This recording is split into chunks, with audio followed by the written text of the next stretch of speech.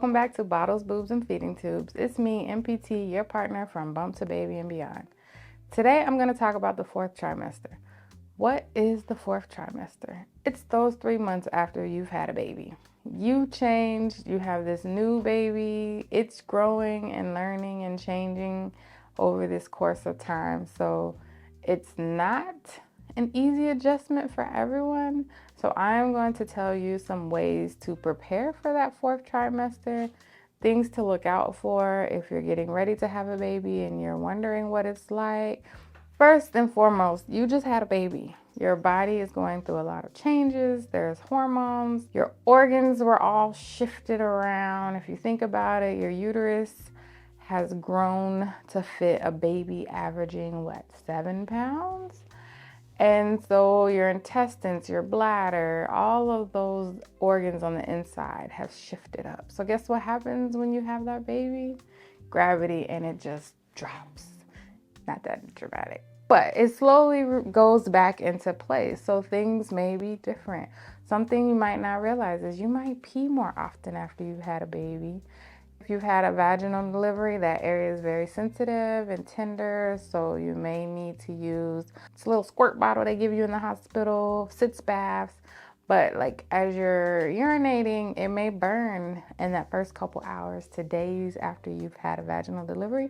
So that squirt bottle, or if you have your own bidet in your house, if you're lucky, you want to rinse it as you're urinating so that it doesn't burn as bad. So your body just did all of this. Hormones are going up and down, cycling through. Your body's trying to produce milk. Your brain is trying to get over the load of just having a baby. And then now you have this new thing looking at you. Some of the things you want to look out for in that first trimester after your body is healing is making sure if you've had a C-section, your incision is healing properly, there's no signs of infection. You want to make sure you're staying hydrated for you and if you're breastfeeding so that your milk production and supply is plentiful. Hydration, nutrition, you need more protein to kind of help your body heal through this trauma. Yes, trauma. Even if you didn't have a traumatic birth, there was trauma to your body. Be gentle with yourself. Start moving slowly. One of the biggest surprises I had was when I left the hospital after having my son, we went to Walmart, and in my head, I knew it was going to be 5 minutes in and out. It took me 5 minutes to go from the car to inside Walmart. Maybe not that long, but my body was moving a lot slower than my brain felt like it should. And I just really could not make myself go any faster.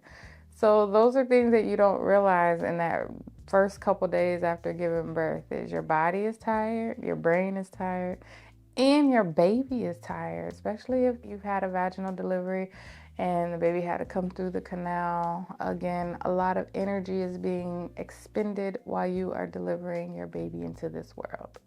So be gentle with yourself and know that the recovery is going to be slower. Understand that there's a whole slew of emotions going on. You may be happy, sad. You may have had a certain due date and was planning your baby shower. Some people may have had a baby shower plan and the baby decided to come ahead of time. So those are all feelings and emotions that you're processing, along with the influx of hormones that can make you feel like you're going through a roller coaster. The lack of sleep. All of that is going on right now. The main thing is if it becomes overwhelming and you are not able to cope with it, make sure you're seeking support. Maybe find a provider that can help you with perinatal mood and anxiety disorders. If it's that extreme, look for family members that you don't mind getting advice from. Maybe someone can come help release you for a couple hours for you to go and do something that makes you feel good. Maybe hire a postpartum doula, see if they can come and take time away. I know some people who had sleep nurses. Sounds nice. They come and help you during the night with your baby while you get some sleep. But if you're breastfeeding, you may want to make sure you wake up still to either pump or feed in the middle of the night so that your milk supply stays up. Like I mentioned earlier, this baby don't know you and you don't know it. So bonding is very important at this time. Easy ways to bond: skin to skin. It helps regulate the heartbeat. It helps with bonding for the baby, and it helps with you. And dads can do it too. So don't forget dads or the partner, the other parent. They can do skin to skin as well. It's beneficial for everyone. Learning your baby is also figuring out their cues. My son was not a crier, so I had to listen for the little grunts, and that was interesting. I have a daughter that was a crier, and she would let you know when she was not happy. But figuring out those sleepy cues when they start to stare away or yawn or they're not so engaged anymore, make sure you're putting them to sleep. And when they're hungry, they're doing the rooting, the sucking, they're looking for something to eat, turning their head towards you, different things like that. Make sure you're following the baby's cues. If they are wet, they might be crying, or they may just be, I have one that just sat there, so I'd have to check myself.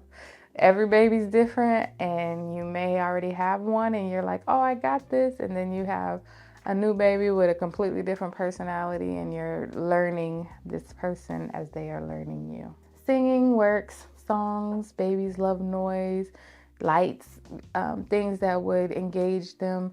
Tummy time, you can start early with that. It helps with development of core muscles, the neck strength, getting them prepared for those next milestones. So those are different ways to bond. And tummy time, if you put them on the floor, get down on the floor with them, looking at them in their eyes. So there's ways that you can bond even during those tasks that your baby might not like, because they may scream at first during tummy time. Don't let that discourage you. They'll get over it. They'll start liking it, especially when they can crawl and walk around the house and tear up stuff. They'll really like it then. So establish a routine. For me, the sleep. I knew babies normally were nocturnal, meaning they were up at night, sleep during the day. So my goal was to as quickly transition them to sleep at night and not sleep during the day as much. They still will nap. Babies will nap. But you want that majority of sleep coming in the evening time. So for me, what I did was I knew around 9 o'clock at night, my kids really didn't fall asleep until 1. So we would go to a quiet room, usually their room, my room, depending on where they were sleeping at the time. And we would just sit there in the dark quietly. Sometimes they would sleep, sometimes they would eat. But it was just me getting that transition for them to understand that this is nighttime and this isn't playtime. It took a while, but it was a consistent thing that I did. I made sure that we did this until they converted to where they were starting to sleep at 9, 8, 7. And then it's just things that you can look forward to, ways that you can figure out their schedule, feeding schedule, napping schedule. But I was very adamant about a good sleep routine. More so because I have poor sleeping habits, and I know it established at a younger age where I was up all night, even as a child. So I was like, if I could figure this one out and make sure my kids sleep well at night, I've done one thing right as a parent for them. Next, breast or bottle. Fed is fed. Fed is best. Whatever works for you. Sometimes you can breastfeed. Sometimes breastfeeding is challenging emotionally, mentally, physically. Sometimes it just doesn't work with your schedule. Sometimes you have to be exclusively pumping, and that's something that you might be wanting to do for your child because you want to get them the breast milk, but your child is having difficulties. If you have a baby that's in the NICU, so you can't really breastfeed as often, but you're pumping so you can get that milk to the nurses to feed them throughout the day. And formula, figuring out the right formula. Some kids have sensitivities to foods.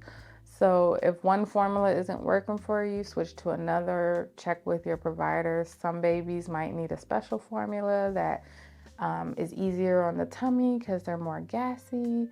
So figuring out your feeding routine, figuring out how you want to feed your baby is all that matters. It doesn't matter to anyone else. Just feed your baby. If your baby's having a hard time sleeping in a quiet room, you can use a sound machine, because if you think about it, when they're inside your body, it's not quiet that entire time. They hear you talking, they hear everybody else talking, they hear your heart beating, they even hear the food going through your gut. So think about it. That's not a natural environment for your newborn to be in a quiet room. So sound machines may be really good for you. I use them. My kids still use them to this day. I feel like maybe we won't ever be able to sleep in silence, but it may be something to consider because it's not quiet. Rocking your baby to sleep is not going to spoil your baby because, again, you were holding your baby for 9 months, and every time you moved, it was sort of a rocking, swaying type movement. So sometimes if you notice your baby was more active at night, it's because you're laying down and you're not doing all that rocking. But if you're up during the day moving around, you're working, you have other kids, you're doing all sorts of stuff, you're in essence rocking your baby to sleep the whole time they're in your room and you're moving around. So gentle rocking sounds, all helpful things to help you bond and build a relationship with your baby, get to know your baby, and figure out the things that you like, things that your baby don't like, and compromising how you guys can compromise together in this relationship. Some red flags to look for if you're postpartum: excessive bleeding, severe pain, headaches, dizziness. Those are things that you need to seek immediate care after you've had a baby. So just if you're postpartum and you're a couple days out and you're noticing increased bleeding, pain, things, something is not, even if you just feel like something isn't right, shortness of breath, swelling, all of those things are signs that you need to get back to the ER and make sure they listen to you, run the test, and figure out what may be causing your symptoms. Remember, the 4th trimester is a journey. It's another 3 months of getting to know you, your baby, and what it's like to be postpartum. It's going to take recovery time. Be gentle with yourself. Find ways to do self-care in the midst of all of the confusion and emotions. Don't forget to like, comment, subscribe to our channel. Check out our other videos if you can. And thank you for watching.